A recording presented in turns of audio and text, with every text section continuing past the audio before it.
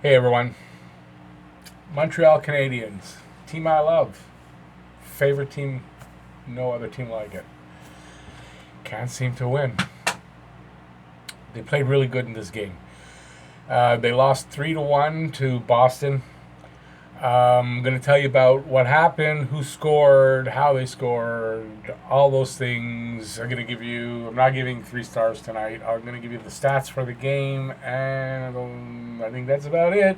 And that's all right here at Talking Habs, the home of Habs hockey, dedicated to the Habs and all things hockey. If you want to see more of my videos, you can head right down there and subscribe and ring the notifications bell.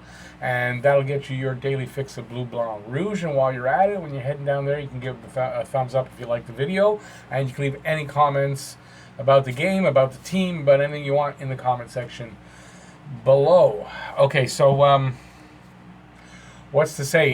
We lost another game that we needed to win. Like, we really needed to win. So that's 8 losses in a row. Last time that has happened, they haven't lost 8 in a row since the 1939-40 season. Literally 79 seasons ago. What do you say to that? Not that much. Okay, so I'm going to tell you what happened. I'll tell you this, though. Habs played great hockey for 50 minutes. They played great hockey for 50 minutes. So if anybody here wants to say fire Julien, you're wrong. You're wrong. This is not Claude Julien's fault. This isn't the player's fault. This is a little bit of bad luck, bad timing, and playing against a team that just has it going on. Okay, so starts off really quick with a bang for Montreal. Now, I was live streaming the first period, so I don't know the breakdown of how this happened, but just to say, Armia, there's no assists on this goal, so he must have stolen the puck. I don't remember. He beats Rask. Don't remember how. I'm recording this like right after the game. He gets his 10th goal. That's the important thing. Habs are up 1-0. Now, the important thing here, nothing much else happens in the period. There's lots of chances, lots of back and forth. By the end of the period, it starts to get a bit chippy. But Montreal holds Boston off. They play really well, getting sticks in the way, blocking shots, hitting. There were so many hits in this game. Hard, bone-crunching hits. So it ends up Montreal shots on goal. Montreal 11, Boston 10. No power plays, which is key. Montreal needs to stay out of the damn penalty box. Because Boston's power play, I believe at this point, was 31.6%. That's just a killer power play. You don't want to give them a power play. Can't give them a power play. Second period rolls around, and it's much of the same as the first without the opening goal. Right up until 17-13, and there's no goal there. There's no goals. 17-13, there's a huge melee at center. Now I gotta remember what happened. Pasternak and Weber. Something happened with them. I think Weber hits Pasternak. You're right, he gets an interference call for that hit. But Pasternak sort of gives him a shot. Weber was about to skate away, and he's like, "Oh, yeah? You did what?" And he goes after him. Now, at that point, Pasternak is kind of alone in a sea of Habs. Weber's at like 3 guys. You can see he starts to... It's like a karate movie where the guy takes on like 5. He's hitting everybody. Anyway, boom, boom, boom. I forget who Gallagher hooks up with, but there's fighting shit going on. Gallagher and the other Boston player, they take a roughing penalty that, cancel each other out. And Weber takes a interference call. We're ahead 1-0, fighting hard as can be. With that power play from Boston, you figure that's it, they're going to score. But Montreal kills it off. As bad as their penalty kills have been, they killed us off. What a great period of hockey. Montreal held Boston to nothing. Literally, they held them to nothing. They got a bunch of chances. Rask was good. They killed off that huge penalty, and they have the Bruins frustrated at this point. They're fighting hard and giving everything they have to hold Boston off the score sheet. They're getting pucks They're getting to pucks first. They're poke checking pucks away. The passing is better, and they're playing for the guy next to them on the bench. And this is what's important. That's what you can see. They're playing for their line mate and for the guy on the bench and for the coach. He hasn't lost the room. Great coaching to make adjustments that are working so far. He made a line changes that flurry with Weber. I mean, he's made some coaching moves that at this point are paying off. Big time. Shots on goal, Montreal 8, Boston 10. They each have a power play. They each don't score. Third period rolls around and it opens up like the first. No scoring, just back and forth. Good chances. Boston seems to be, in third period, they're going to be trying now. A little harder, whatever they've got. At 6:16, I'm going to read what I wrote here, so F-bombs come out, sorry. Fuck! Pasternak! He rips one off the far post to tie it. And he wakes up the team and the building. And it's from the right circle. He rips one.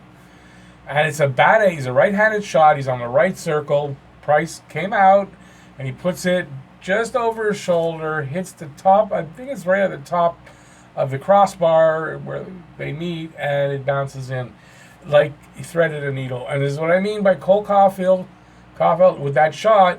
Pasternak has that shot. That's the difference. We don't have that. If we had a Caulfield, we could have won today. Should have won. Pasternak is 25th goal from Bjork and Carlo. Excuse me, I'm losing my voice because I was swearing like a sailor. At 8:38, Cousins takes a bad penalty. Not on him. Bad holding call called by the ref. The game on the line here. Got to kill that penalty. 10:29. Look at that. 10:29. 9 seconds left to go on that power play. And Backus scores. I'm going to write down what he did. I don't give a shit what he did. He scored. That's all that matters. Price was screened, and he didn't see that at all. You cannot blame Price here. He didn't see that shot at all. The Boston player, or I don't know who it was just went right in front of him just as the shot went. And I watched on the replay. Price did not know that shot was coming. Might have known that shot was coming. He didn't know where it went. Bad call by the ref on Cousins. Cost Montreal the game. I wrote that here. It's still only 2-1. It's 10:29. There's still almost 10 minutes left to go. Cost them the game. You can tell. Deflated the team. 13:27. DeBrusque, 6th goal from Coyle. I don't give a shit what happened. Game over. It's done. Still, you say maybe not. There's still 6 minutes to go. Nope. Can't do anything at this point. They're a bit deflated. They're trying, but they're a bit deflated. And then on the opposite side, Boston's gung-ho. They got their game. They got their confidence back. The building's behind them again. Price pulled with 2:30 to go. At least they didn't get scored on empty netter. Habs take a too many men call to finish the game with 1:51 left. A too many men call. So Montreal worked hard and fought hard. The power play goal deflated them, and it showed. Bruins win 3-1. So what do you do here? There's nothing you can do. They make a trade, whatever. But as far as the team, you don't give up and die. What do? You move on to the next game. That's all you can do.